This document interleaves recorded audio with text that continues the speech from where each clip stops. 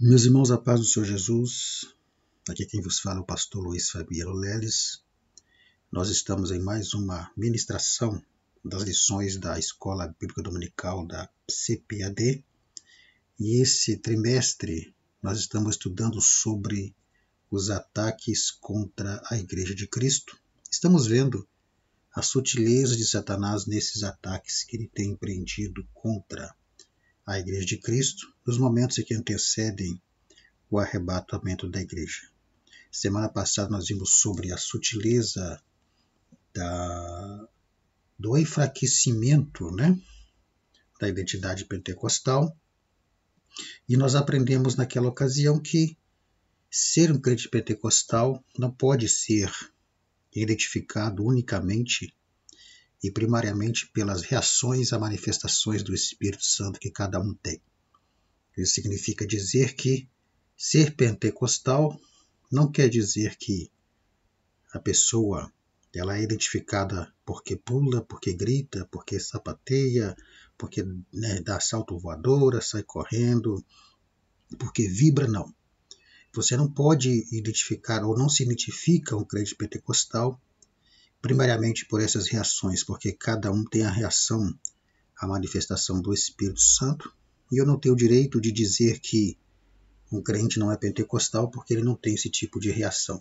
E nós aprendemos que existem alguns elementos doutrinários que identificam o crente pentecostal, que é essa identidade relacionada aos elementos doutrinários que Satanás sutilmente tem tentado enfraquecer ao crente pentecostal. Não vamos recapitular a lição toda porque o nosso prazo é pouco. E nós estamos estudando nesse domingo a lição número 9, a sutileza do movimento dos desigrejados. E o textuário dessa lição, ele diz exatamente assim: não deixando a nossa congregação, como é o costume de alguns, antes admoestando-nos uns aos outros, e tanto mais quanto vedes que se vai aproximando aquele dia. Hebreus 10 e 25. A verdade prática diz assim: o movimento dos desigrejados deve ser visto como um desvio da verdadeira espiritualidade que é expressa no contexto da verdadeira igreja. A leitura bíblica em classe está em Hebreus capítulo 10, versículo 19 a 25. Nós, como de costume, não vamos ler para ganhar tempo no vídeo, mas você, professor, deve ler para você se contextualizar dentro da lição. Bem, meus queridos, a sutileza do movimento dos desigrejados.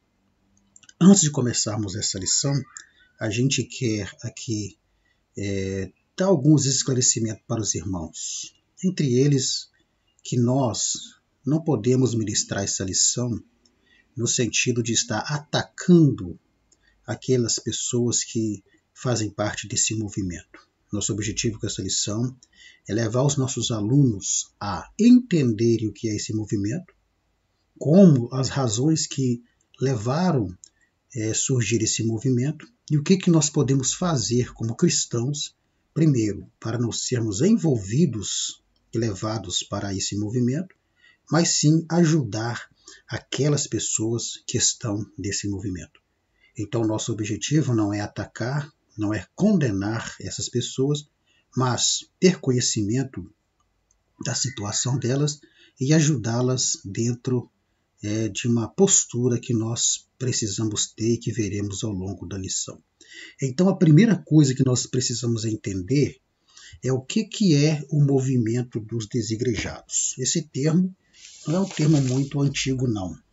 Em 2010, o IBGE ele fez um censo direcionado para a questão religiosa, para ver a questão religiosa no país. E, ao perguntar às pessoas sobre a sua religião, muitos responderam exatamente dessa forma. Responderam dizendo que eram cristãos evangélicos, mas que não frequentavam nenhum tipo de igreja, ou seja, eram cristãos, porém em casa, não frequentavam nenhum tipo de igreja e não estavam ligados a nenhum tipo de denominação. Então, nós veremos o que é esse movimento dos desigrejados, Nós vamos analisar as razões do surgimento dos desigrejados, o que levou a surgir esse movimento. Veremos também quais são as crenças, a visão deste movimento, os ensinamentos, as práticas deles, né? Após entendermos o que é e vermos como surgiu, vamos ver o que eles têm como visão de religião, né? Os ensinamentos, as práticas, as crenças. Vamos ver quais são os perigos que este movimento representa para o cristão. Vamos ver também a natureza, a importância e a necessidade da igreja como organismo de organização, porque nós vamos observar e ver ao longo da lição que para os desigrejados não há necessidade da igreja como organização, mas vamos ver que há sim uma necessidade e é importante a igreja como organização. E por fim veremos qual deve ser a postura nossa como cristão em relação ao movimento dos desigrejados. Então são esses assuntos que nós veremos com mais detalhes aqui ao longo da lição. Vamos então ao primeiro tópico, onde nós analisaremos qual é a visão e a prática do movimento dos desigrejados, ou seja, quais são os ensinamentos dos desigrejados. Nesse tópico, então, nós vamos ver o que é o movimento dos desigrejados, vamos ver alguns tipos de desigrejados, veremos também quais são os perigosos, os dois principais ensinos do movimento dos desigrejados, e por fim, vamos fazer uma refutação bíblica a esses dois principais ensinamentos, que é uma refutação que vai servir para, de um modo geral, contestar, né, os ensinamentos dos desigrejados. Então, a primeira coisa que nós precisamos entender o que é o movimento dos desigrejados. A imagem sugestiva que nós colocamos já nos dá uma ideia. Temos um grupo de pessoas entrando numa igreja, dizendo, vamos à igreja. E, por outro lado, vemos esse mesmo grupo de pessoas saindo da igreja e perguntando por que ir à igreja. Ou seja, essas pessoas em algum momento fizeram parte de uma igreja organizacional, uma igreja institucional. Essas pessoas em algum momento foram membros de uma igreja, participantes de uma igreja como organização, mas depois chegaram à conclusão de que não precisam ir à igreja para cultuar a Deus e para servir a Deus. Então, o movimento dos desigrejados são pessoas que abandonam esse convívio das igrejas locais, são pessoas que decidem exercer a sua religiosidade em outros tipos de modelos. E eles rejeitam qualquer estrutura congregacional tradicional. Ou seja, eles abandonaram esse convívio, em algum momento conviveram com pastores, com membros de igreja, com os irmãos, mas depois entenderam que eles poderiam praticar sua religiosidade de outra forma, sem necessidade de qualquer estrutura congregacional tradicional como templos e vice-versa. Então, eles buscam, na verdade, ter relação descentralizada, ou seja, a partir daí, então, eles começam a realizar cultos em casa, realizar culto em espaços alternativos, sem necessariamente frequentarem templos ou estarem ligados a uma instituição religiosa. Então, os desigrejados, eles é um grupo de pessoas que eles chegaram ao entendimento, por motivos diversos, veremos durante a lição, que eles não precisam frequentar templos e não precisam estar ligados a nenhuma instituição religiosa para poderem servir a Deus, para poderem adorar a Deus. Então, dentro desse entendimento do que é o movimento dos desigrejados, nós vamos observar que existe pelo menos 4 tipos de desigrejados. A imagem sugestiva, vemos um membro de uma igreja conversando com um desigrejado. E esse membro da igreja está perguntando para ele, olha, você está saindo da igreja? E o desigrejado está dizendo, olha, não, essa coisa que você chama de igreja é que está saindo de mim. Ou seja, é como se esse indivíduo estivesse dizendo, olha, eu estava escravo de um sistema religioso, eu estava escravo de uma instituição, e é isso que está saindo de mim, não é eu que estou saindo dela, eu estou sendo liberto. Por quê? Porque esse é o entendimento do desigrejado. Então, dentro desse entendimento do que é o desigrejado, nós podemos analisar que o primeiro tipo de desigrejado é aquele que abandona a igreja local e a fé. Ou seja, esse tipo de desigrejado, ele abandona primeiramente as reuniões da igreja, para de frequentar os cultos, para de frequentar, aí automaticamente ele se torna um desigrejado porque não frequenta culto, mas depois, além de não frequentar mais cultos, ele se desvia da fé. Então, esse é o primeiro tipo de desigrejado. Ele sai da igreja e também ele desvia-se da fé. O segundo tipo de desigrejado é aqueles que abandonam a igreja local, mas mantêm a fé. Ou seja, eles deixam de congregar, deixam de frequentar os cultos, deixam de frequentar os templos, mas mantêm a fé, continuam com a fé. Ou seja, são pessoas que se decepcionaram com alguma coisa, se decepcionaram com alguém da igreja, se decepcionaram com a liderança, com práticas e atitudes que eles viram que eram contrárias à palavra de Deus, se decepcionaram com situações, se decepcionaram, enfim, com alguma coisa, e tentam continuar a ser cristãos sem pertencer ou frequentar um templo. Então eles escolhem viver longe de pastores, viver longe dos irmãos, viver longe da congregação. Eles procuram manter a fé e vão servir a Deus sem frequentar templo, sem se congregar com ninguém. Por quê? Porque se decepcionou por algum motivo. E aí então ele não deixa de ser crente, não deixa de ter a fé, porém ele deixa de congregar, ele deixa de se ajuntar para um culto, congregacional e de frequentar o templo. Este é o segundo tipo de desigrejado. O terceiro tipo de desigrejado é aqueles que se tornaram cristãos virtuais, aqueles que são adeptos, dos cultos pela internet, pela televisão, ou seja, ele abandona a igreja local, deixa de frequentar os templos, mantém a fé e vai assistir cultos pela internet, se torna um crente online, conforme a primeira imagem está sugerindo aí. Então, esse tipo de desigrejado, eles fazem da rede o seu templo. Então, a internet, a televisão é o templo deles. Só que eles deixam de ser participantes para serem meros observadores, e muitas vezes sem comunhão e sem compromisso.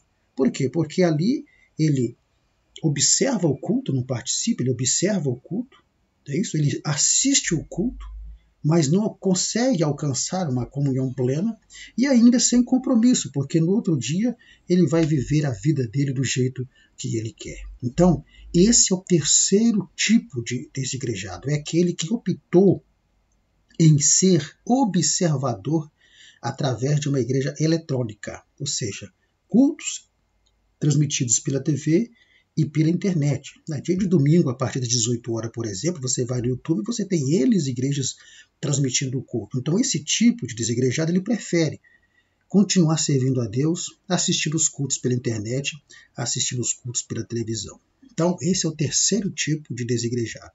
O quarto tipo de desigrejado, o quarto tipo de desigrejado é aqueles que não frequentam cultos, pregam o fracasso da igreja organizada e ainda esse grupo são os mais radicais. Por quê? Porque ele deixa de frequentar os cultos, começa a pregar contra as igrejas, e então eles começam a agir de forma radical. Por quê? Porque além de deixarem de frequentar os templos, os cultos, de pregarem o fracasso da igreja, eles pregam também o fim da igreja como instituição.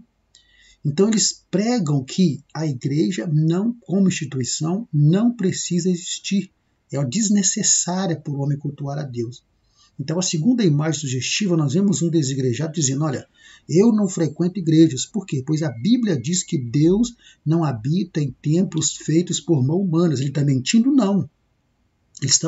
Ele está usando uma verdade, mas usando uma verdade fora de um contexto bíblico, porque realmente Deus, a palavra de Deus diz que Deus não habita em templos feitos por mão de homens. E Coríntios vai dizer que nós somos o templo do Espírito Santo. Então, os desigrejados, eles entendem que, ora, se Deus não habita em templos feitos por mão de homens, e se nós somos o templo do Espírito Santo, logo então não há necessidade de igrejas, não há necessidade de templos. Então, é preciso acabar com isso. É preciso acabar com esse negócio de igreja, instituição, de templos, porque não há necessidade disso. Então, esse quarto tipo de desigrejado são os mais radicais, porque pregam o fim da igreja instituição, o fim da igreja organização, o fim dos templos. Só que eles fazem uma análise fora de um contexto bíblico geral. Ou seja, a análise é feita apenas por versículos isolados, porque o que eles estão dizendo acerca do templo de Deus não habitar realmente é uma verdade. O que eles estão dizendo que não necessita de templo para adorar a Deus também é uma verdade. Só que é uma verdade que tem que ser analisada dentro de um contexto. Não há uma proibição do templo. Usa-se muito, né, como argumentação dos desigrejados, o diálogo que Jesus teve com a mulher samaritana. Com a mulher samaritana, Jesus teve um diálogo ali, você, professor, conhece diálogo, quando ele disse, né, que importa adorar a Deus em espírito e verdade. Ele fala para aquela mulher que haveria um tempo, né, em que o lugar da adoração não seria em Jerusalém, nem no Monte Gerizim, mas seria praticamente em qualquer lugar. Só que nesse diálogo que Jesus está tendo com a mulher samaritana, Jesus não está proibindo o uso do templo. Não. Jesus ali está ampliando o lugar de adoração. Jesus não está dizendo, olha, a partir de agora, mulher, não se pode mais adorar em templos. Não. O que Jesus está fazendo ali é que ele está ampliando o lugar de adoração. Ou seja, o lugar de adoração não é só no templo, no lugar fechado, numa estrutura arquitetônica. Não. O lugar de adoração agora é em qualquer lugar que você estiver. Então Jesus não proíbe o uso do templo, ele amplia esse lugar de adoração, ele amplia esse lugar onde você pode adorar, onde você pode cultuar a Deus, que é em qualquer lugar que você estiver. Então esses são os 4 tipos de desigrejados. E os principais ensinos dos desigrejados são 2 principais que são perigosos ensinos. Olha só a imagem sugestiva. Um desigrejado na internet, conversando com alguém no bate-papo, destilando a sua mágoa, destilando a sua amargura, destilando o seu ressentimento, dizendo, olha, eu sou a igreja, porque esse é o argumento dos desigrejados. Eu sou a igreja. Quem congrega em templos são templistas, seguidores de homens. Eu não preciso congregar, eu não preciso que ninguém me ensine. Pastores são todos ladrões, cão gulosos, dízimo é para a tribo de Levi. E onde eu estiver eu posso cultuar e adorar a Deus. Para que serve a igreja então? Porque que eu sou a igreja. Então, partindo desse entendimento que nós somos a igreja, os desigrejados ensinam que não há necessidade de templos, porque se eu sou a igreja, em qualquer lugar que eu estiver, eu posso adorar a Deus porque eu sou a igreja. Logo, não há necessidade de templos, não há necessidade de uma igreja institucional, de uma igreja organização. Então, os 2 principais perigosos ensinos dos desigrejados é o primeiro, eles têm um ensino anti-institucional. O que é isso? São contra toda a forma de organização e institucionalização da igreja, ou seja, são contra a igreja como organização e igreja como instituição. E eles argumentam o quê? Eles afirmam que a igreja primitiva não era uma instituição. Eles afirmam que a igreja primitiva não era instituição, que a igreja pode ser encontrada em qualquer lugar quando 2 desigrejados se encontram. E aí, usa o Mateus 18 e 20, quando Jesus disse, onde estiver 2 ou 3 reunidos em meu nome, aí eu estou no meio deles. Então não há necessidade da igreja. Se eu estou reunido na minha casa com alguém, então, para que ir em templo? A argumentação lá do diálogo de João 4, já vimos aqui. Então, o ensino deles é um ensino anti-institucional. Também eles têm um outro ensino perigoso, que é o ensino anticlerical. O que é um ensino anticlerical? São contra todo e qualquer sistema de governo da igreja. Ou seja, eles afirmam que na igreja primitiva não havia nenhuma organização clerical, não havia nenhuma hierarquia. Não havia nenhuma hierarquia de liderança na igreja. Não havia isso. Mas quando você vai para Hebreus, né? Quando você vai para algumas citações bíblicas, você vai ver, e vamos ver isso no segundo tópico, que a igreja do Novo Testamento não era uma igreja do jeito que os desigrejados querem apresentar ou apresentam.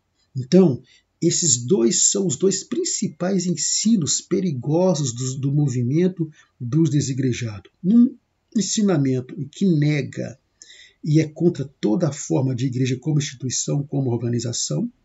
Também um ensino anticlerical que é contra qualquer tipo de hierarquia, qualquer tipo de governo da igreja. E aí nós podemos então ir para a refutação bíblica. Então, contestando esses dois principais ensinamentos do desigrejado, de que primeiro que a igreja primitiva não era uma organização, nós vamos ver que, primeira coisa, olha só, eles dizem que não há necessidade de templos, porque a igreja somos nós e nós podemos adorar a Deus em qualquer lugar que estivermos. Dessa forma, a igreja estará em qualquer lugar. Certo. É evidente que a igreja existe fora de uma estrutura física. Isso é óbvio. É óbvio que a igreja existe fora de um templo. Isso é óbvio. Contudo, a reunião dos cristãos lá primitivos acontecia em templos antes da perseguição. Por quê? Porque os desigrejados eles pegam como exemplo para dizer que a igreja primitiva não era uma igreja organizada e também não se reuniam em templos. Eles pegam aqueles textos onde a igreja se reunia nas casas. Só que antes da igreja primitiva se reunir nas casas, ela se reunia no templo, nas sinagogas. Nós temos todos os versículos aí que provam isso. Atos 5:42, né? Estavam todos os dias no templo. Lucas 19:47, Jesus estava no templo e ensinava nas sinagogas. Então, antes da perseguição, a igreja primitiva, desde a época de Jesus, ela se reunia-se no templo, se reunia nas sinagogas, mas a partir das perseguições, eles passaram a reunir somente nas casas, porque não tinha como eles reunirem mais nas sinagogas e no templo. Então, devido à perseguição, eles passaram a se reunir nas casas. Então, a igreja primitiva, desde o nascedouro dela, sempre esteve sob uma liderança. Nós vemos o apóstolo Paulo preocupando-se por onde ele passava fundando uma igreja, ele se preocupava em deixar um líder ali para cuidar dos irmãos. Depois os irmãos leiam Atos 14:23, Tito 1:5. Tito 1:5, Paulo, falando para Tito, disse: "Por isto te deixei em Creta, para que estabelecesse presbíteros em cada igreja." Então vemos que Paulo ele se preocupava em deixar um líder em cada igreja que ele fundava. As imagens sugestivas que estamos vendo aí, vemos o Concílio de Jerusalém, é uma prova de que a igreja primitiva era uma igreja organizacional. A escolha dos 7 diáconos. Então, essa argumentação de que a igreja não era uma instituição, de que a igreja não se reunia em lugares específicos, ela é contestada e refutada, porque a Bíblia mostra, sim, que a igreja era uma instituição e que a igreja se reunia, sim, em lugares específicos, passando a se reunir nas casas de maneira escondida por causa da perseguição. Então, o que a gente percebe que, na verdade, um dos motivos que move os desigrejados, principalmente em relação a não estarem ligados a nenhuma igreja, é que eles não querem estar debaixo da autoridade de ninguém. Eles não querem estar debaixo de uma liderança, eles não querem aceitar ninguém na posição de autoridade sobre eles. Olha essa imagem sugestiva do rapaz perguntando para o outro: "Olha, você ainda está naquela igreja?" O rapaz responde que nada, cheguei à conclusão que não preciso me sujeitar a pastores para servir a Deus. Não preciso estar debaixo de uma liderança. Não preciso estar debaixo de uma autoridade de ninguém para servir a Deus. Ora, se eles entendem que a igreja não é uma instituição e que não há necessidade de uma instituição, logo, eles vão entender realmente que não há necessidade de estar subordinado a ninguém. Mas o que a gente percebe, então, que um dos motivos é exatamente a insubmissão a uma autoridade. Quando você vai para Hebreus 13:17, apenas Hebreus 13:17 já é o suficiente para refutar essa posição de não estar sujeita a uma liderança. O que diz Hebreus 13:17? Obedecei aos vossos pastores e sujeitai-vos a eles, ou seja, esteja debaixo da autoridade deles. Então, meus irmãos, nesse primeiro tópico, nós mostrarmos para os nossos alunos o que é o movimento dos desigrejados, como surgiu esse movimento, os tipos de desigrejados, mostrarmos quais são os dois principais perigosos ensinos do desigrejado e fazer uma refutação bíblica refutando esses dois principais ensinos. Pois bem, no segundo tópico, nós já vamos abordar de um modo mais detalhado essa questão dos desigrejados recusarem a igreja como uma organização. Então vamos ver que a igreja do Novo Testamento não é da forma que os desigrejados querem passar. Uma igreja sem liderança e uma igreja sem organização e uma igreja que não era uma instituição. Então vamos ver nesse tópico aqui como era a igreja neotestamentária, qual o modelo de igreja do Novo Testamento. Primeira coisa, a igreja do Novo Testamento, a igreja neotestamentária, a igreja primitiva, sempre foi um organismo vivo. O que é o organismo? O organismo é uma junção de membros que dá vida a alguma coisa. Por exemplo, o nosso corpo é uma junção de membros que vai dar vida ao corpo. Então, neste sentido de organismo vivo, a igreja tem pelo menos dois significados. Então, como organismo vivo, ou seja, como uma junção de membros que vai dar vida a alguma coisa, a igreja tem pelo menos dois significados. Primeiro, como organismo vivo, a igreja é o corpo de Cristo. Então a imagem que você vê sugere isso. Então a igreja é o corpo de Cristo. Paulo vai dizer lá em 1 Coríntios 12:25, ora, vós sois o corpo de Cristo. E Paulo escreve muito sobre, fazendo a comparação do corpo humano com a igreja como corpo de Cristo. Então, como corpo de Cristo, a igreja é formada por pessoas de todas as nações, tribos, línguas, etnias, todas as épocas, todos aqueles convertidos a Cristo, todos servos de Deus, enfim. Esse é o significado universal da igreja como organismo vivo. A igreja, corpo de Cristo. Então, nesse sentido, como igreja, corpo de Cristo, que é um significado universal desse organismo vivo, então, nesse sentido, a igreja existe à parte de estatutos. Ela realmente não precisa de estatuto para existir, ela não precisa de templos, ela não precisa de qualquer estrutura social, governamental, de liderança, de hierarquia. Por quê?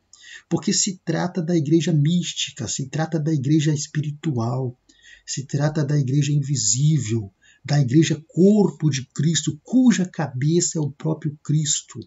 Então, como organismo vivo, lembrando, o organismo é uma junção de membros que dá vida a algo. Então, como organismo vivo, como uma junção de membros que dá vida ao corpo de Cristo, a igreja tem esse significado universal. E aí, ela não depende de nada disso para ser uma igreja ou para existir como igreja. Mas ainda como organismo vivo, a igreja ela tem outro significado, que é o significado local. É aqui que os desigrejados discordam. Então a igreja, como tendo um significado local, ela é um grupo dinâmico de pessoas que vivem no meio da sociedade e se relacionam, conforme a imagem sugere, se relacionam entre si e se ajuntam para cultuar e para adorar a Deus. Então, neste aspecto, trata-se da igreja visível. Enquanto a igreja, como organismo vivo, ela tem um significado universal relacionado à igreja como corpo de Cristo, a igreja invisível, a igreja espiritual, formada por pessoas de todos os povos e épocas. Essa igreja com significado universal não precisa de nenhum tipo de estrutura humana para existir e para ser igreja. Mas como organismo vivo, ela tem também um significado local. E aí se trata do quê? Se trata da igreja visível. Então, nesse aspecto, a igreja local ela pode sim e deve se reunir em estruturas arquitetônicas. Como esse ajuntamento de membros que se reúnem, que estão numa sociedade, que se relacionam, que se ajuntam para cultuar a Deus, então ela pode sim e deve fazer isso, se reunir em templos, em arquiteturas, em estruturas arquitetônicas. Isso não se constitui um tipo de pecado. Não há nenhum desvio do evangelho, né, como os desigrejados querem fazer acreditar, de que as igrejas estão todas pecando e desviaram o evangelho quando criaram templos, sendo que a questão do templo, a questão do local de templo, de local fixo, de local de estrutura para poder adorar e cultuar a Deus sempre existiu desde a época do Antigo Testamento. Então, com esse significado local, a igreja pode e deve sim se reunir no lugar. Então, enquanto a igreja local, né, enquanto igreja local, este povo é um grupo social e, como todo grupo humano, tem elementos sinceros, autênticos, bem como insinceros e falsos. Então, o que nós queremos dizer aqui? Que a igreja, como organismo vivo, que é uma junção de membros que dá vida a algo, ela tem um significado universal que se trata da igreja invisível, espiritual, mística, que é o corpo de Cristo. Essa igreja é formada por pessoas de todas as nações e épocas. Mas ela também tem um significado local, que já se trata do ajuntamento de pessoas dentro de uma sociedade que vão se ajuntar para cultuar, para adorar a Deus, e evidentemente isso será feito em um local específico, seja um templo ou um salão, que vai ser conhecido como igreja. Isso não é nenhum desvio do evangelho. E enquanto igreja local, né, este povo, sendo um grupo social que é, como todo grupo, vai ter os seus problemas. Vai ter pessoas sinceras como pessoas falsas. Vai ter pessoas verdadeiras como pessoas que não são verdadeiras. Então, por que estamos dizendo isso? Porque uma das argumentações dos desigrejados é exatamente isso. É querer que as pessoas, que as igrejas sejam todas pessoas sinceras. Então, o fato de, numa igreja local, aqui falando do ajuntamento local, né, onde tem um templo, uma denominação, uma instituição, o fato de dela ser composta por pessoas mentirosas que tem no meio dela. Tem pessoas fofoqueiras, tem pessoas mentirosas, tem pessoas desonestas, tem pessoas... Enfim, tem todo tipo de problema, como em toda instituição e sociedade tem. Mas isso não é motivo, não se constitui um motivo para acabar com as igrejas, para extinguir com as igrejas como templos, como igrejas locais. Não, por quê? Porque se for assim, então, não poderia existir nenhuma outra instituição. Se pelo fato de uma instituição ela ter pessoas que não prestam, como toda instituição tem os que prestam e que não prestam, e se tem que acabar com aquela instituição porque tem pessoas que não prestam, então não pode existir polícia militar. Polícia militar é uma instituição. Agora, vamos acabar com a instituição polícia militar por causa de policiais corruptos? Vamos acabar com a instituição polícia civil por causa de policiais civis corruptos?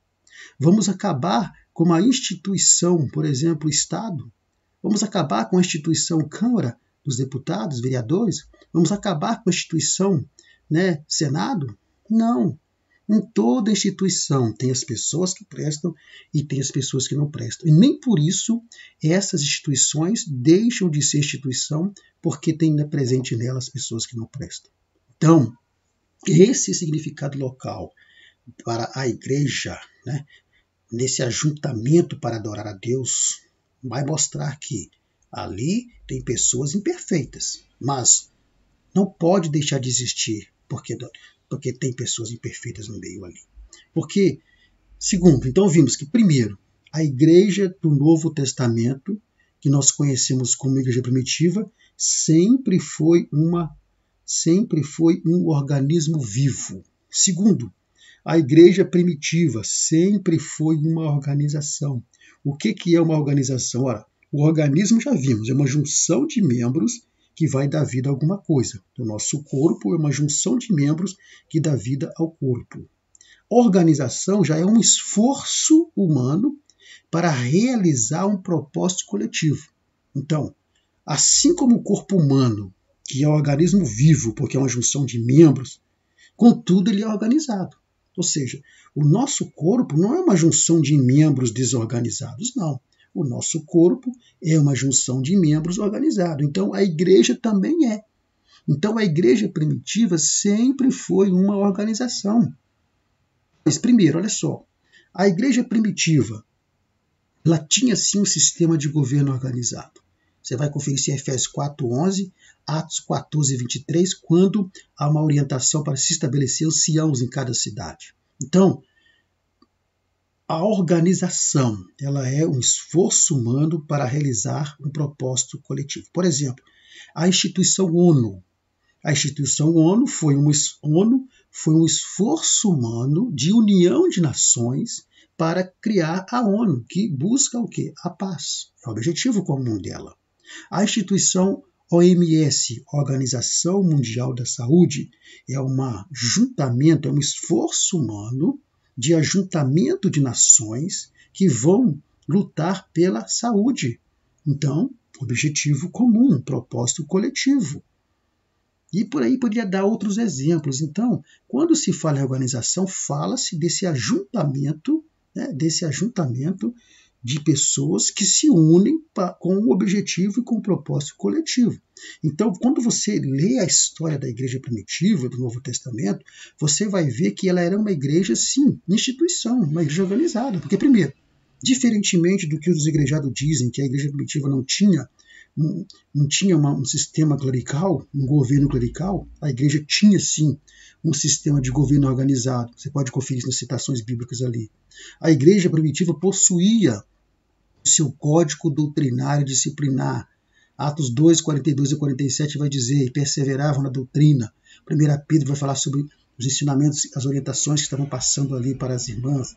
Então, segundo, terceiro, a igreja primitiva sempre foi uma organização porque ninguém vivia isoladamente do jeito que queria, ou seja, havia correções, havia disciplina. Hebreus 10, 25, há um conselho, não deixando a vossa congregação, não deixando de se reunir, em algumas traduções, como é o costume de alguns, porque alguns tinham esse costume de não se congregar. Então, ali mostra que havia uma orientação para o povo. Então, vemos o apóstolo Paulo, ao longo das epístolas, corrigindo muitos irmãos. Então, não se vivia do jeito que queria. E quarto, tinha uma comissão para levantamento de obreiros, para resolver problemas doutrinários. Como vimos lá atrás, a questão do Concílio de Jerusalém. Foi por quê? Para poder ajustar questões doutrinárias. Vimos o levantamento dos diáconos. Ali, levantamento de obreiros. Então, a igreja primitiva sempre foi uma organização, sempre foi uma instituição organizada. Não era uma igreja sem liderança, não era uma igreja sem um governo, não. Era uma igreja, sim, que era organizada. E todas essas citações vão confirmar isso para nós. Pois bem, então já vimos que a igreja é um organismo vivo, o organismo é uma junção de membros para dar vida a algo. E aí a igreja, enquanto organismo vivo, ela tem o seu significado universal, que se trata da igreja corpo de Cristo, a igreja espiritual, como também o seu significado local, que trata-se da igreja visível, a igreja local composta por pessoas de uma sociedade e que vão trabalhar para um bem coletivo, com liderança, com hierarquia e com pessoas, com autoridade. Pois bem, mas qual que é a interligação entre a igreja como organismo vivo e a igreja como organização, conforme a imagem sugere? Olha, é muito simples. A igreja, portanto, ela é um organismo vivo e nesse aspecto, conforme a primeira imagem, como organismo vivo, a igreja é o corpo de Cristo, então trata-se da igreja invisível. Então, nesse aspecto, a igreja ela é e deve ser dirigida pelo Espírito Santo. Por quê? Porque ela biblicamente foi constituída e ela pertence a Jesus Cristo. A igreja é o corpo de Cristo. Então, enquanto organismo vivo, a liderança da igreja é do Espírito Santo. É de Jesus Cristo por meio do Espírito Santo e ele é o dono dessa igreja. Porém, nós temos a igreja, a igreja local. Por quê? Porque biblicamente não existe organismo sem organização. Já vimos aqui. O nosso corpo é um organismo vivo. É uma junção de membros, mas que é bem organizado. Existe uma organização. E existe um comando que é a cabeça. A cabeça comanda o corpo. O seu cérebro comanda o seu corpo. Tudo que você faz, a ordem vem da cabeça. Então, mostrando que o organismo vivo não existe sem uma organização. E nesse aspecto, então, o que acontece? O próprio Deus ele vai estabelecer essa forma organizacional e ministerial. Então, o que nós podemos resumir dessa interligação entre a igreja como organismo vivo e como organização? Olha só, a igreja como organismo vivo, ela não precisa estar ligada a um local específico para ser igreja, para existir como igreja, não. Ela como organismo vivo, corpo de Cristo, não. Porém, para cumprir a sua missão e propósito aqui na Terra, que vamos ver no próximo tópico agora, ela precisa dessa junção. Porque a igreja, como organização, ela tem um papel aqui na Terra. Qual é o papel dela aqui na Terra? Qual é a necessidade dela aqui na Terra? Então, para cumprir esse papel, ela precisa sim, dessa junção dos seus membros para formar ela como uma instituição e como uma organização. Então, nesse segundo tópico, é nós mostrarmos para o aluno que, diferentemente daquilo que os desigrejados ensinam, de que a igreja primitiva não era uma instituição, que ela não tinha uma liderança, ela era totalmente diferente. Era uma igreja que tinha sim uma liderança, era uma igreja que era sim uma instituição, e aí é mostrar para o aluno o que foi mostrado aqui para ele poder entender esse aspecto aí da lição. Pois bem, no terceiro tópico, então, nós vamos ver qual que é a importância e a necessidade da igreja, porque diferentemente do que os desigrejados ensinam, eles ensinam que a igreja é desnecessária, mas a igreja como unidade, com seu significado local, como igreja, instituição, organização, ela é essencial sim. Por quê? Primeiro, olha só, Paulo ele vai tratar a igreja como família de Deus. Quando você lê lá em Efésios 2,19, esse versículo aqui eu vou procurar ler, Efésios 2,19, Paulo vai dizer o seguinte, olha só, Efésios 2,19, ele diz assim, agora vocês já não são mais estranhos e nem forasteiros. Então, agora vocês já não são mais estranhos a Deus, nem forasteiros, mas sim membros da própria família de Deus e cidadãos que pertencem ao povo dele. Então, Paulo ele vai mostrar, ou vai apresentar, ou vai tratar a igreja como uma família. Então, por que a igreja ela é necessária na Terra? Como organização, instituição, ela é necessária na Terra, porque ela é a família de Deus. Paulo vai tratar a igreja como família de Deus. E por que Paulo trata a igreja como família de Deus? Primeiro, porque na família tem hierarquia. Quem é o cabeça da família? O varão. Só com essa comparação você já refuta os dois principais ensinamentos dos desigrejados. Então, Paulo trata a igreja como família porque na família tem hierarquia. Segundo, na família tem instrução, orientação. O pai orienta o filho, a mãe também ajuda a orientar. Na família tem disciplina. O pai corrige, a mãe corrige. O filho não vive de qualquer jeito, porque o pai que ama o seu filho vai corrigir o seu filho. Então tem disciplina. E quarto, na família tem aprendizagem mútua. O pai aprende com o filho com o pai, que aprende com a mãe, que aprende com o esposo, que aprende com a esposa. Então, Paulo trata a igreja como família de Deus, exatamente por causa desses aspectos. Então, assim como na família tem hierarquia, na igreja também tem. Assim como na família tem instrução, na igreja também tem. Assim como na família tem disciplina, na igreja também tem correção, disciplina. E assim como na família tem aprendizagem mútua, na igreja também tem aprendizagem mútua. Então, a partir do momento em que nós cremos em Jesus e nós aceitamos Jesus como Salvador, nós entramos nessa família e Deus torna-se o nosso Pai. Lá em Salmo 68,6, o salmista diz: Deus faz com que o solitário viva em família. Então, logo independente da nacionalidade, nós somos todos irmãos em Cristo Jesus, membros da mesma família, na qual não há barreiras étnicas, não há barreira cultural, não há barreira linguística, não há barreira denominacional. Por quê? Porque todos fazemos parte da mesma família, a família de Deus. Então, a igreja é essencial na terra como organização, como instituição, porque ela é, conforme Paulo diz, a família de Deus. Segundo, nós vemos que a igreja sendo uma família, o que o homem precisa entender é que, como família, a igreja, no seu aspecto local, não é formada por espírito, não é formada por anjos. A igreja, assim como a família, é formada por pessoas, pessoas de carne e osso, pessoas que têm virtudes e que têm defeitos. Então, qual que é o grande problema do movimento dos desigrejados? É que eles procuram uma igreja organização perfeita, uma igreja instituição perfeita. E a imagem que nós sugerimos aí é exatamente de alguém que estava procurando aqui na Terra, enquanto organização e instituição, uma igreja perfeita. Olha o que essa caveira está dizendo aí, esse esqueleto. Estou até hoje procurando uma igreja perfeita para congregar. Ele virou um esqueleto, mas não conseguiu encontrar, porque não vai encontrar.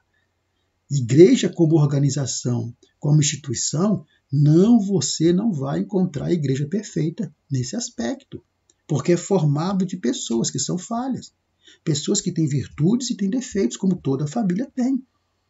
Então, sendo assim como família de Deus, a igreja local não é perfeita, assim como nenhuma família é perfeita.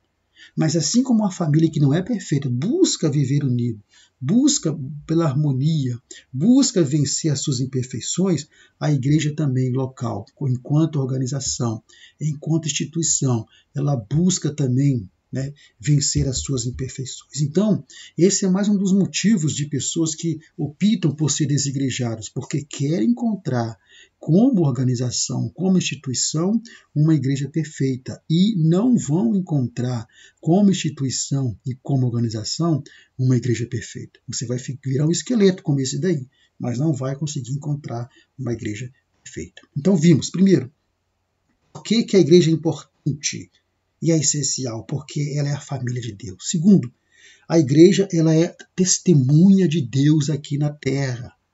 Então a principal razão da igreja existir aqui, além de ser uma família, é o quê? É testemunhar a salvação em Cristo, é pregar o Evangelho. Isso é feito através do quê? Da pregação do Evangelho, mediante a pregação do Evangelho, mediante as suas atitudes, as suas ações, as suas obras.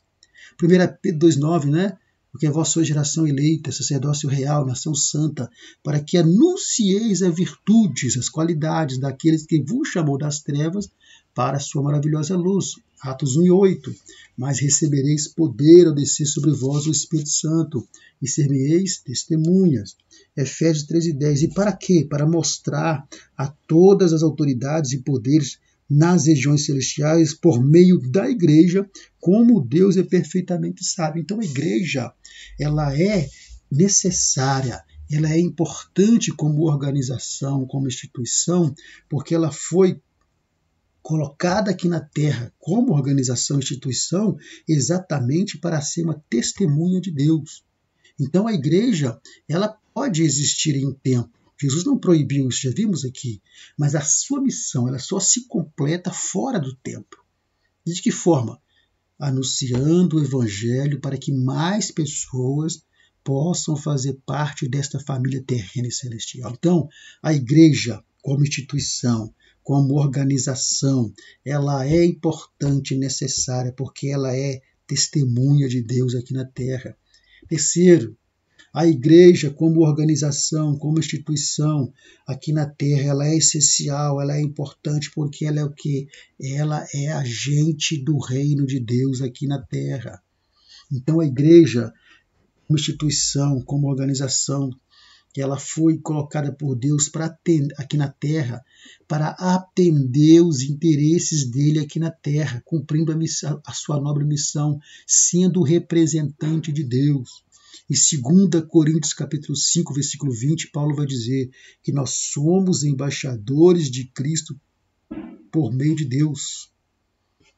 Então, em 1 Timóteo 2,4 vai mostrar para nós qual que é o interesse de Deus aqui na Terra. Qual que é o interesse de Deus aqui na Terra? Materialidade? Não. O interesse de Deus aqui na Terra é que todos os homens se salvem. E para isso, o homem precisa fazer o quê? Ouvir o Evangelho. Então, para isso, Deus ele elegeu a sua igreja como representante dele aqui na Terra. Somos embaixadores de Cristo. Ora, o embaixador ele representa o seu país num outro país. É um agente do governo representando um país no outro país. A igreja também ela é um agente do reino de Deus aqui na Terra, representando o próprio Deus, buscando os interesses, defender os interesses de Deus. Assim como o embaixador no outro país busca defender os interesses do seu país de origem. Então, a igreja como instituição, como organização, ela é necessária porque ela está aqui na Terra, como instituição, como organização, para buscar, para atender os interesses de Deus, sendo representante de Deus, embaixador de Deus aqui nessa terra. Então, como agente do reino de Deus, nós precisamos primeiro cumprir a nossa missão. E segundo, se somos representantes de Deus aqui na terra, do reino dele aqui na terra, para atender os interesses dele, nós não podemos nos portar de modo que venhamos a escandalizar aquele a quem nós representamos. Ou seja, nós temos que nos portar de tal modo que nós não escandalizemos aquele a quem nós representamos, que é o próprio Deus, que é o Senhor. Imagine um embaixador, por exemplo, do Brasil nos Estados Unidos sendo pego no tráfico de drogas. Imagine um embaixador do Brasil em um outro país qualquer sendo pego num prostíbulo. Isso vai envergonhar o país. Isso vai envergonhar a nação da qual aquele embaixador representa. Então, como agentes do reino de Deus aqui nessa terra, como igreja institucional e organizacional, nós não podemos envergonhar aquele que nós representamos. Nós somos agentes dele aqui. Não podemos envergonhar o reino de Deus, mas precisamos cumprir a nossa missão e se portar de tal modo que nós não escandalizemos aquele a quem nós representamos.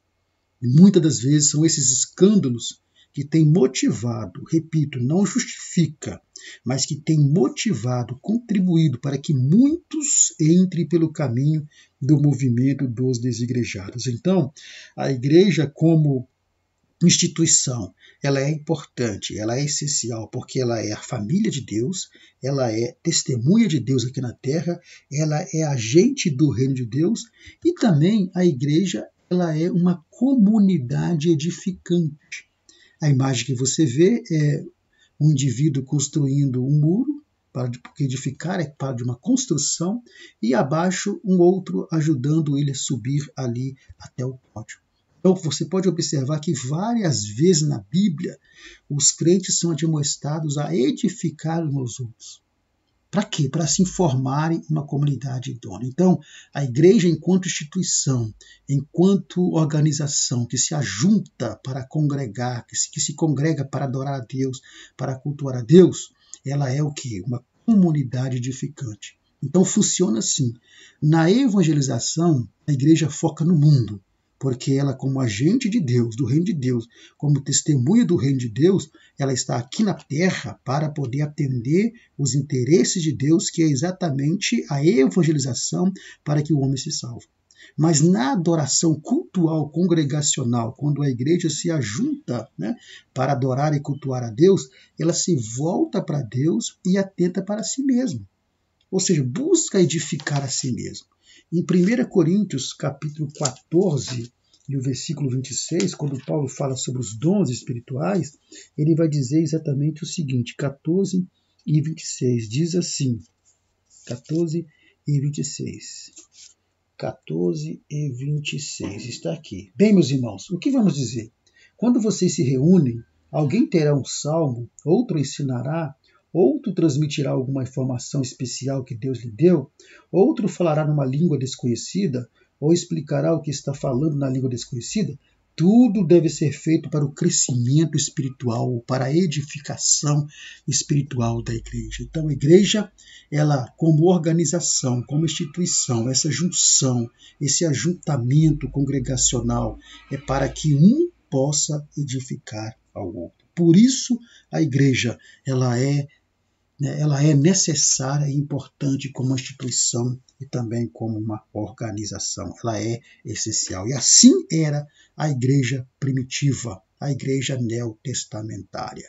Uma igreja como família, era também uma igreja como testemunha de Deus, era também uma igreja como agente do reino de Deus, e era uma igreja como comunidade edificante. Tudo isso como uma igreja instituição e como uma igreja organização.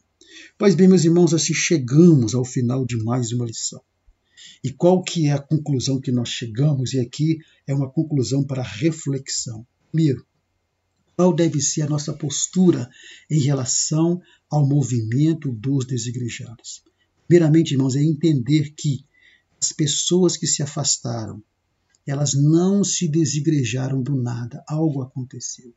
Existem N motivos que levam a pessoa a se tornar um desigrejado. Não justifica, mas contribui, motiva e leva a pessoa a ser uma desigrejada. Então, são decepções, são frustrações, são escândalos, né, hipocrisia, falta de amor, falta de obras, né, obras de caridade no meio do povo de Deus. Enfim, alguma coisa aconteceu que motivou ou que contribuiu para que a pessoa se tornasse um desigrejado. Não justifica, mas contribuiu. Não foi do nada que aconteceu isso. Então, nós não temos que atacá-los, não temos que condená-los. Você não tem que ficar condenando essa pessoa ao inferno. Você não tem essa autoridade. Então, se nós queremos trazer essas pessoas de volta à comunhão, nós precisamos, primeiro, agir com graça, que é favor imerecido. Segundo, agir com empatia. O que é empatia? Se colocar no lugar dessas pessoas. Quantos de nós, irmãos, em algum momento, por decepções, por frustrações, devido a escândalos, perseguições e outras coisas mais, quem de nós, em algum momento, talvez não pensou até mesmo também em se afastar e se tornar um desigrejado? Então é preciso de usar de empatia, de amor extremo com essas pessoas. Nada disso justifica, mas contribui e motiva. Então nós precisamos que essa lição sirva para nos motivar e motivar os nossos alunos quando se encontrarem com alguém nessa situação, não é condenar essa pessoa, mas é buscar com amor, com graça, com empatia, tentar trazer essa pessoa de volta à comunhão, mostrar para ele essa necessidade, sem contenda, sem briga. Segundo, a postura relacionada à liderança. A liderança eclesiástica ela precisa estar atenta quanto às suas práticas pastorais, quanto às suas atitudes em relação à igreja, atitudes em relação ao membro, aos obreiros, ao visitante, ao novo convertido, ao seu testemunho, à sua vida particular, ao testemunho pessoal de vida. Tem que estar atento às suas práticas pastorais, para que não se veja numa posição de ser alguém que está contribuindo para o afastamento das pessoas. E a igreja como um todo, ela deve olhar com misericórdia, com amor, para as necessidades e carências de relacionamento emocionais e espirituais de seus membros e irmãos geral. Então a liderança e a igreja precisam estar atentos aos seus próprios membros, né? Atendendo às suas necessidades de carências de relacionamentos emocionais, problemas espirituais, financeiros, enfim, é um ajudando o outro. Que haja no meio da igreja o amor de Cristo para que as pessoas se sintam acolhidas, ajudadas, socorridas, o que muitas vezes não acontece e acaba motivando, contribuindo para que muitos, diante de tantos escândalos que estão surgindo, quantas às vezes pessoas em nosso meio, na nossa casa, vamos falar das Assembleias de Deus, que é a nossa casa, na sua igreja local, alguém que você conheceu que era alguém usado por Deus, que subia no púlpito e só falava soltar fogo pela boca, e de repente, dias depois, aquela pessoa é descoberto, ela numa situação de adultério, de prostituição, numa situação de sedução de menores, numa situação de imoralidade. Isso tudo causa escândalos, às vezes relacionados a furtos, a roubos, a imoralidade de um modo geral. Isso tudo causa escândalo e tem pessoas que não têm estrutura para aguentar isso. E quando essas pessoas não têm essa estrutura que eu tenho, que você tem, elas acabam chegando a um entendimento lá daquela primeira imagem. Sabe da coisa? Eu vou servir a Deus em casa. Para que ir para a igreja? Para que pertencer a uma igreja? Para que pertencer a uma comunidade religiosa? Diante de tantos escândalos, de tanta sujeira, de tanta miséria, eu vou servir a Deus em casa, que eu tiro mais lucro. E essa pessoa acaba se tornando uma desigrejada. Que Deus tenha misericórdia de nós e que nós possamos motivar os nossos alunos a permanecerem firmes no Senhor e ajudar aqueles que estão na iminência de se tornarem um desigrejado. E a minha responsabilidade é a sua responsabilidade, ajudar essas pessoas para que elas possam entender a importância e a necessidade que tem da igreja como organização e como instituição. Pois bem, irmãos, assim chegamos ao final de mais uma lição. No próximo slide, você está vendo o nosso contato e lembrando aos irmãos que nós ministramos não apenas lições da EBD, mas atuamos em todas essas áreas que você está vendo ali. Também queremos lembrar aos irmãos que temos 2 grupos de WhatsApp, nos quais a gente posta semanalmente o material em PDF e slides que nós usamos aqui na ministração. Se você deseja receber esse material gratuitamente, entre em contato comigo aí pelo e-mail ou pelo Zap. Pelo Zap é bem melhor. E você será adicionado ao grupo para você poder receber o material. Também na descrição desse vídeo haverá 2 links, convite para o grupo Auxílio de Professor IBD 1 e Auxílio Professor IBD 2. Se você não conseguir entrar no 1, porque o 1 já está completo, mas uma hora ou outra sai um ou outro, com certeza você vai conseguir entrar no grupo 2. Eu quero pedir aos irmãos, quando entrarem no grupo, seria bom que você me mandasse uma mensagem no privado, informando o seu nome e a sua cidade para que eu possa registrar no grupo aí. Lembrando aos irmãos também que a nossa gravação é 100% amadora, então sons externos poderão ser ouvidos, mas nada que venha atrapalhar a ministração. Que Deus abençoe a sua vida, que nós tenhamos uma excelente escola dominical nesse domingo e vamos lutar para que mais pessoas não se tornem desigrejadas e que nós possamos ajudar aqueles que estão desigrejados a, de repente, voltarem ao nosso convívio e a se congregar. Que Deus abençoe sua vida. Você que ainda não conhece o nosso canal, se inscreva no canal, compartilhe, façam seus comentários, porque quando você faz um comentário, o YouTube entende que isso é relevante e acaba enviando isso para mais pessoas. E o nosso objetivo é que mais pessoas sejam abençoados com esse material e também com a ministração da lição. Que Deus abençoe a sua vida, meu irmão, e até semana que vem, em nome do Senhor Jesus Cristo. E lembre-se, se o seu chamado é ensinar, então que haja dedicação ao ensino. Que Deus abençoe a sua vida.